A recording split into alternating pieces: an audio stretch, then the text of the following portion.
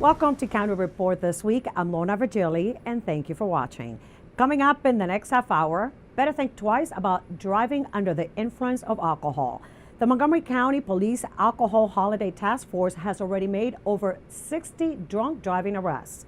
Plus, the first phase of construction of the Wheaton Government Building is complete, and the small businesses around the site continue to be open for business. And later, we take you to the annual lighting of the Christmas tree at the Rockville Town Square. But first, ground was officially broken for the Purple Line back in August. But this week, leaders from Montgomery and Prince George's County joined forces to sign a community agreement designed to create pathways to opportunity along the corridor. Susan Kennedy has the story. The Purple Line Community Corridor Agreement engaged more than 300 residents, business owners, community leaders, and officials. It took several years to craft, and to mark the occasion of its signing, a host of officials took pen to paper, including County Executive Ike Leggett, who thanked the County Council for its support. He's given me a great deal of credit for the work that we've been engaged in from the executive branch. But as I indicated some time ago, I wrote a check to the governor and the Department of Transportation that I alone could not cash on the belief that our county council would in fact endorse that. And without that, we probably would not be here today. The agreement lays out a vision for development along the Purple Line corridor. The light rail service may be several years from completion. The Purple Line will be a positive force. But state and county lawmakers want to make sure as construction occurs, they take advantage of this historically significant community and economic development investment. The agreement has 4 goals: support and grow local business, build a thriving labor market, ensure housing choices for all, and support vibrant, sustainable communities. So this is an opportunity to invest in our communities. And that is what is so exciting about this commitment, this moral obligation that we have assumed now. Both counties, our planners, our councils have said, we are committed to ensuring that the economic opportunities are shared opportunities. And that to me is a pretty exciting and important principle. What this agreement does today is to guard against the heartless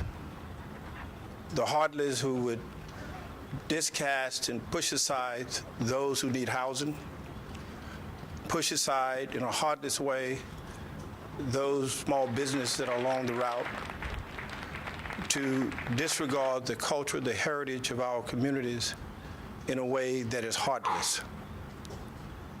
That's what this agreement is about. Gregory Sanders is the vice president of Purple Line now. His father, Harry Sanders, was one of the earliest supporters of this light rail project. He says the community agreement is in line with his father's vision of an opportunity for all parties. When the work on the Purple Line first started, this was the mid-90s, when it expanded from just being a Montgomery County project. The benefits for both counties and for a wide range of people and communities was really one of the key factors there in thinking about it. So I think having these discussions, making sure we're looking at the last mile, making sure we're looking at affordable housing, getting the wide benefits, not just the economic development, but as the speakers have said, making sure the people who are here now also benefit. I think those are all very much things that my dad and all the other activists that came together to get this line started. The agreement will also include an annual review of the progress of these goals as the Purple Line is built out. In College Park, I'm Susan Kennedy for County Report This Week. Metro's headaches for commuters continued this week as long lines greeted anyone needing to go from Silver Spring to Fort Totten. But if residents are doubting whether spending millions on Metro is a good deal, Montgomery County Council President Roger Bertliner isn't. The need, he said, is unquestioned. We do not need more time to understand the magnitude of what is necessary for Metro to have the resources it needs. The governor's own proposal of $125 million assumed that the need was, in fact, $500 million for the next 4 years. It was 125 from us, 125 from the District of Columbia, 125 from Virginia, and 125 from the federal government. That is the level of need that we should achieve, and it is appropriate for us to have dedicated funding from the Maryland Transportation Trust Fund to do it, and we ought to be done with this piece. We have a chance, as I've discussed previously, in Virginia to make some positive steps forward given the elections there, and Maryland should not be the party that holds us back if we're able to make progress in Virginia. The need is unquestioned. We have basically funded this system as though it were a new system. It is now a 40-year-old system. It is falling apart. It needs this kind of dollars in order to get back to the state of good repair that we expect, actually the world-class system that it once was, and that we should not shy away from expecting in the future. It is true people are frustrated, and it is also true that there is no single system more important to our region than Metro. No single system more important to Montgomery County than Metro. So it is true that we won't get everybody out of their cars, but if we don't have Metro, you think congestion is bad today? It will be OMG that much worse if we don't fix Metro and make the investment in it. And this is not just a Montgomery County, Prince George's County issue. This is the economy of the state of Maryland depends on investing in Metro. WMATA will not be running any red line trains between Silver Spring and Fort Totten until December 10th. There will be limited free shuttle buses that will operate during normal Metro's operating hours. For more information, please visit wmata.com. It is official. The designs are ready for a bus rapid transit system on Route 29. County authorities have unveiled what the preliminary bus stations will look like, and it is state-of-the-art. Solar panels will power the stations for lighting. There will be benches under canopies, video screens to show the next bus arrival, and public art will adorn the stations.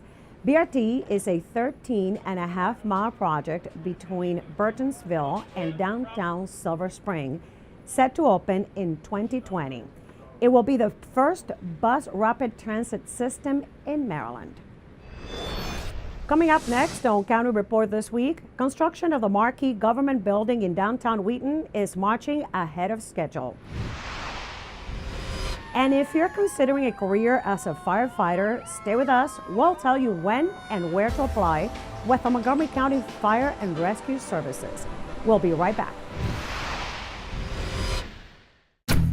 In Montgomery County, we have a goal to reduce waste and recycle 70% of all waste by 2020. By recycling and reducing waste, we save natural resources and make our community even better. So recycle at home, work, school, everywhere, and keep recycling going.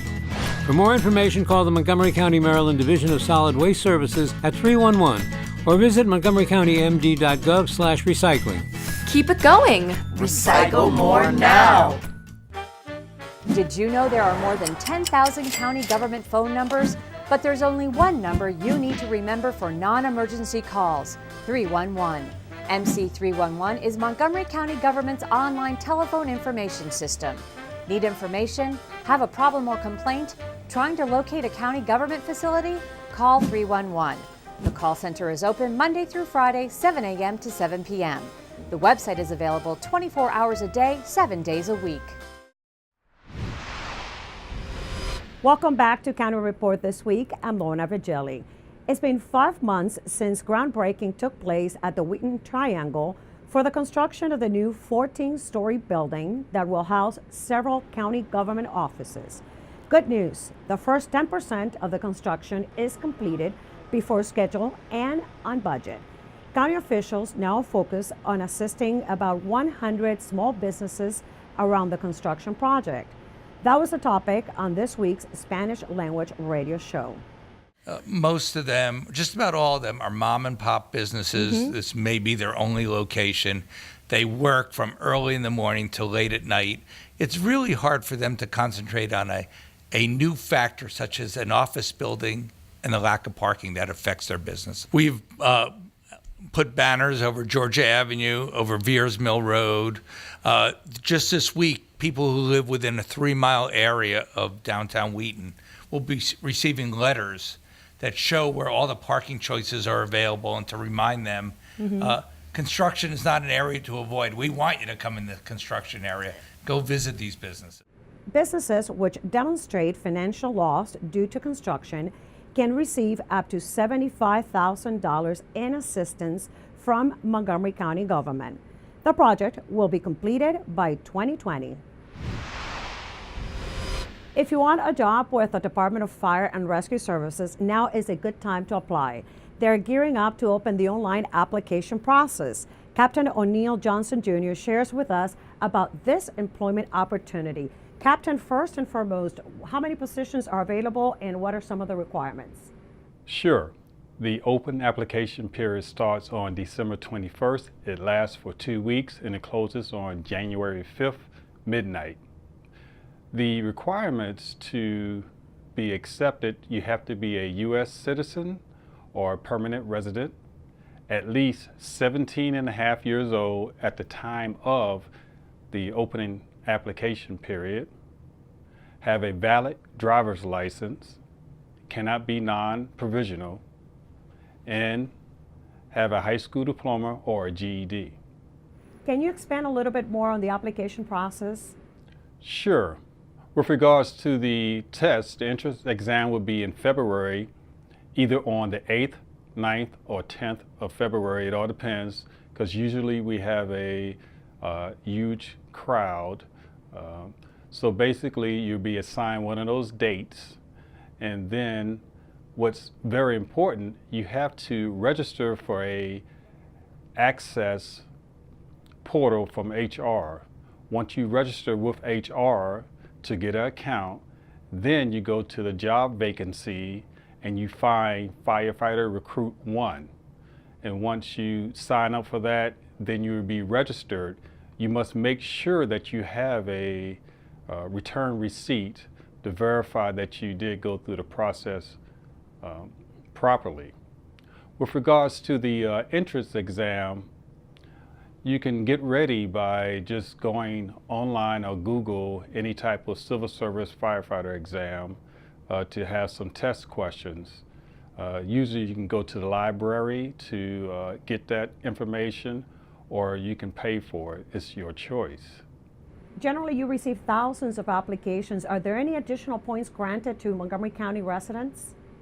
Yes, there are. There's actually a hierarchy of preference points. I would go through them very quickly.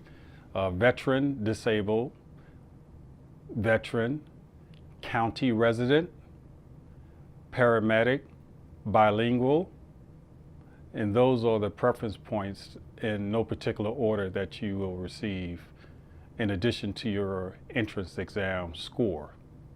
Thank you, Captain Johnson. Now, the application process will be open on December 21st and closes at midnight on January 5th, 2018. To apply, visit montgomerycountymd.gov/careers. Time is ticking away to enroll in the Affordable Care Act. Open enrollment is going on until December 15th. If you have questions and need help, the county's Department of Health and Human Services is offering free assistance. If you already have coverage through the Maryland Health Connection, you must renew your policy.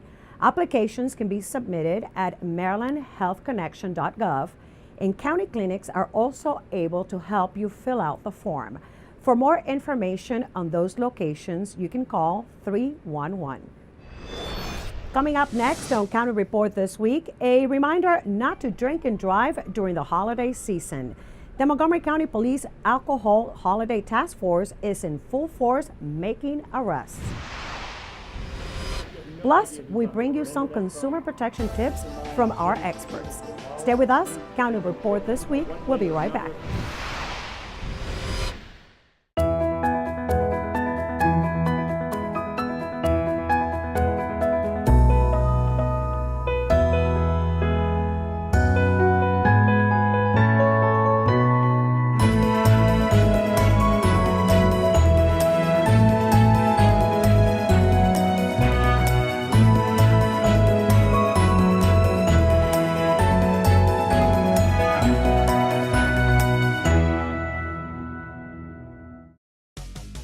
Let's get moving, Montgomery County.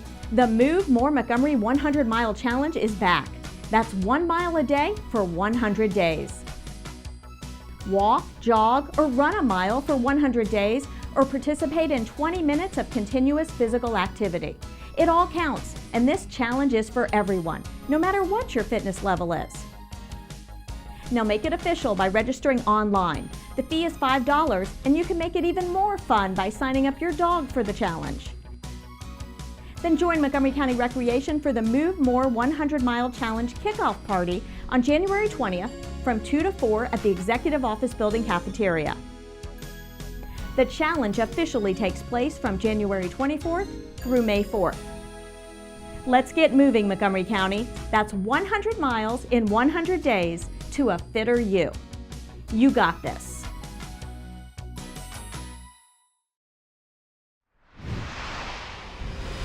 Welcome back to County Report This Week. I'm Lorna Virgili. The Montgomery County Office of Consumer Protection provides education and outreach for the community. Here's more.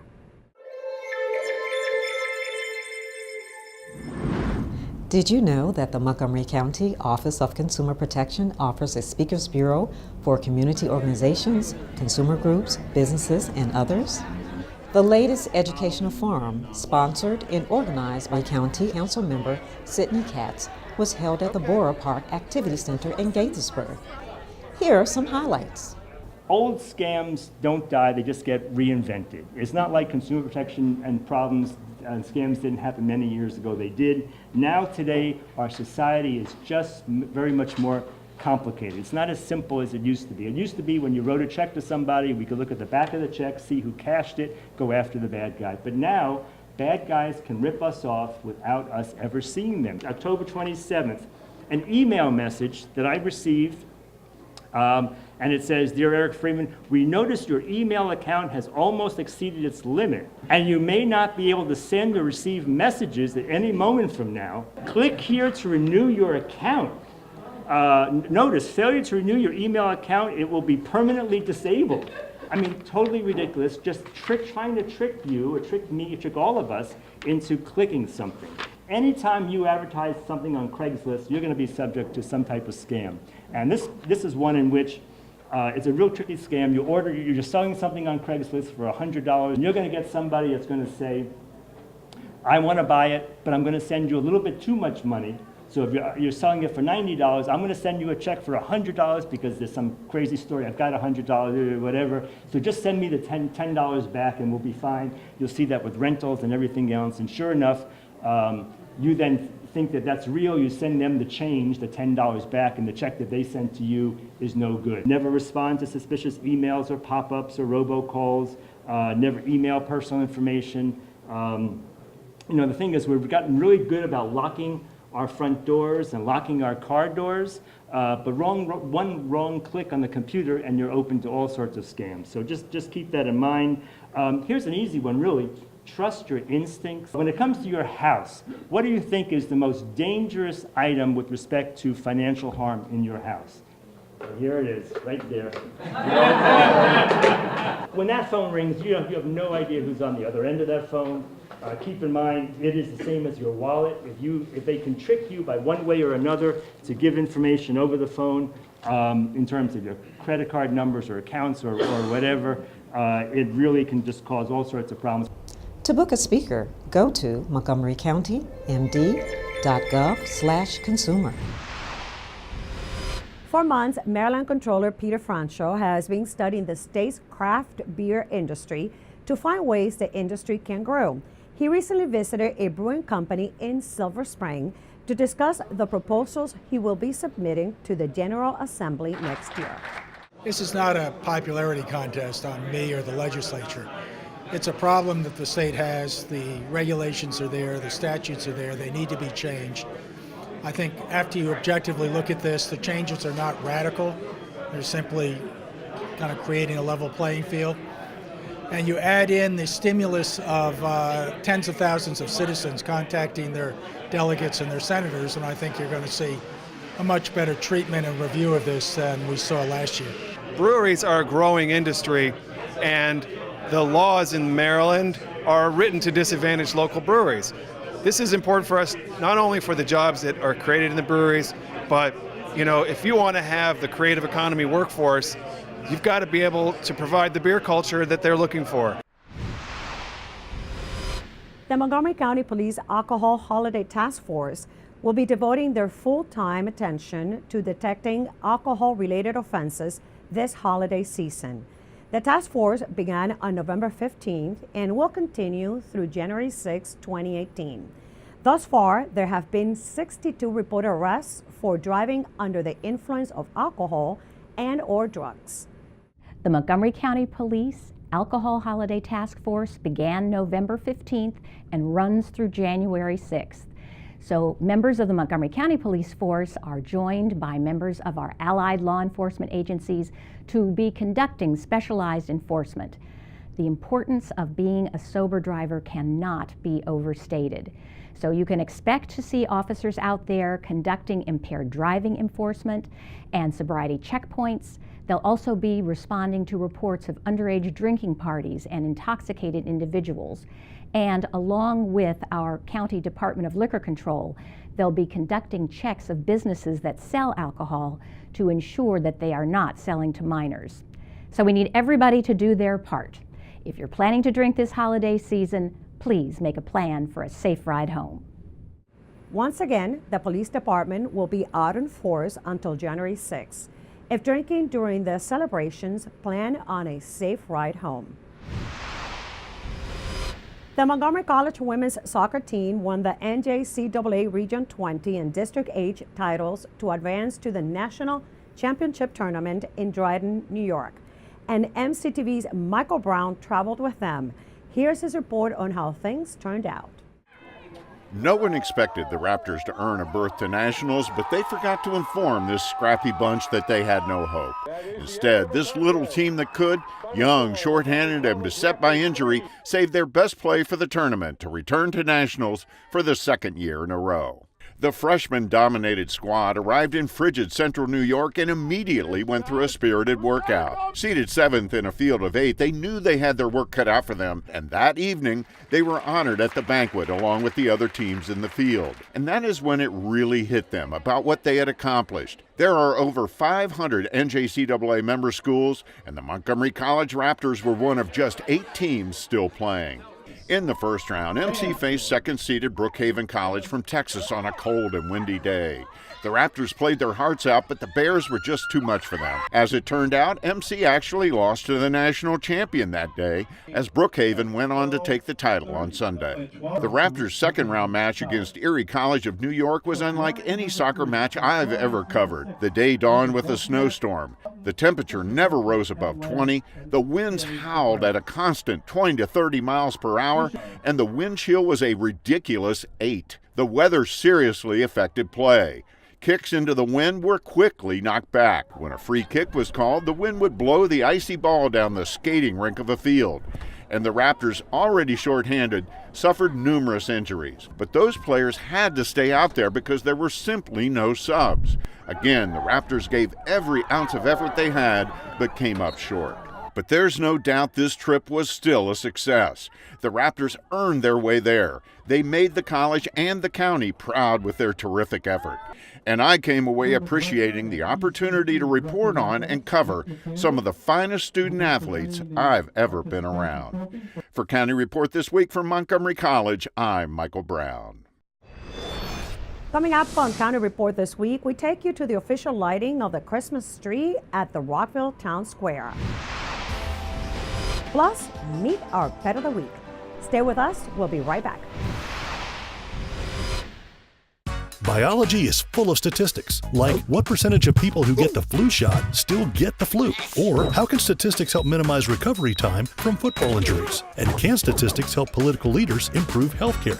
These are just some of the kinds of projects being worked on in Biostatistics, a 200-level course now offered at MC. Students use R programming language to look at the data and study how it relates to the environment. The numbers really do add up. Learn more at montgomerycollege.edu and search Biostatistics. Introducing Ride On Extra, coming to Route 355, fall of 2017. The bus with less stop and more go.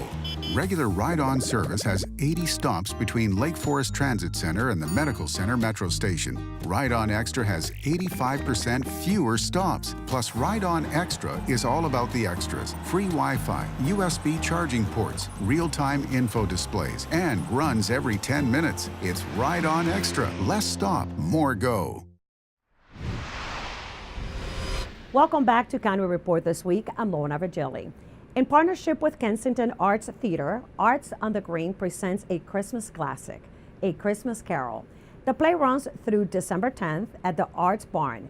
Nick Smith from Gaithersburg joins us now with more. This month, Arts on the Green is partnering with Kensington Arts Theater to present the timeless classic, A Christmas Carol. Joining me to discuss the production is the play's director, Jordan Clifford. Thanks for having me. So A Christmas Carol is a holiday classic. Tell us some about the setting of the play. So the play takes place in the mid to late 1800s in London, England, and it follows Ebenezer Scrooge as he's followed by the ghosts of Christmas past, present, and future, and they take him along this dream of a journey in order to hopefully give him a revelation and change his ways. So does the Kensington Arts Theater bring a different approach to the telling of the story? For the most part, it is the traditional A Christmas Carol that people have read for years and can expect to come and see. We did take some liberties with a couple characters and the ensemble work, and there's definitely a mixture of contemporary melodies and traditional carols for everyone to enjoy. So what are some of the highlights? What can audiences expect? Audiences can expect a great night of live singing, dancing. The costumes are absolutely stunning. Laura Andruski has found pieces that really highlight each character and show just some of the gorgeous pieces that were around for each period during this show. And audiences can expect to make a difference in any child's life just by bringing a new unwrapped gift for Toys for Tots. Every performance will be collecting toys brought in by patrons and audience members. At the end of the run, all those will be delivered to the local Germantown Toys for Tots warehouse. Well, thanks for joining me to talk about the play's production. Thanks for having me. A Christmas Carol will be running from Saturday, November 25th through Sunday, December 10th. For more information about this and other Arts on the Green events, check the city website for dates, ticket prices, and a full calendar of cultural arts events. It's an annual tradition in Rockville's Town Square, the lighting of the holiday tree. Rockville 11's Paul Westlake was there to kick off the season in a festive way.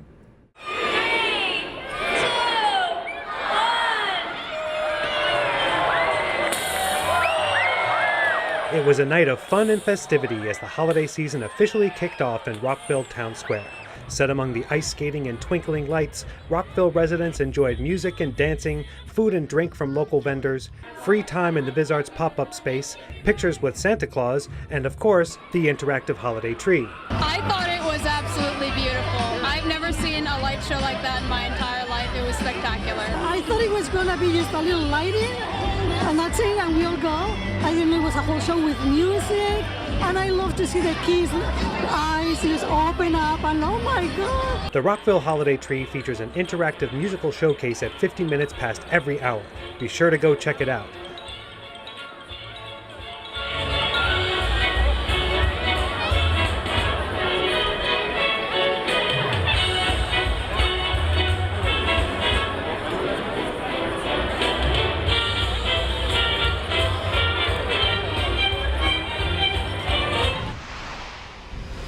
And now it's time to meet our pet of the week. Kathy Stanhope joins us now from the Montgomery County Animal Services and Adoption Center with more.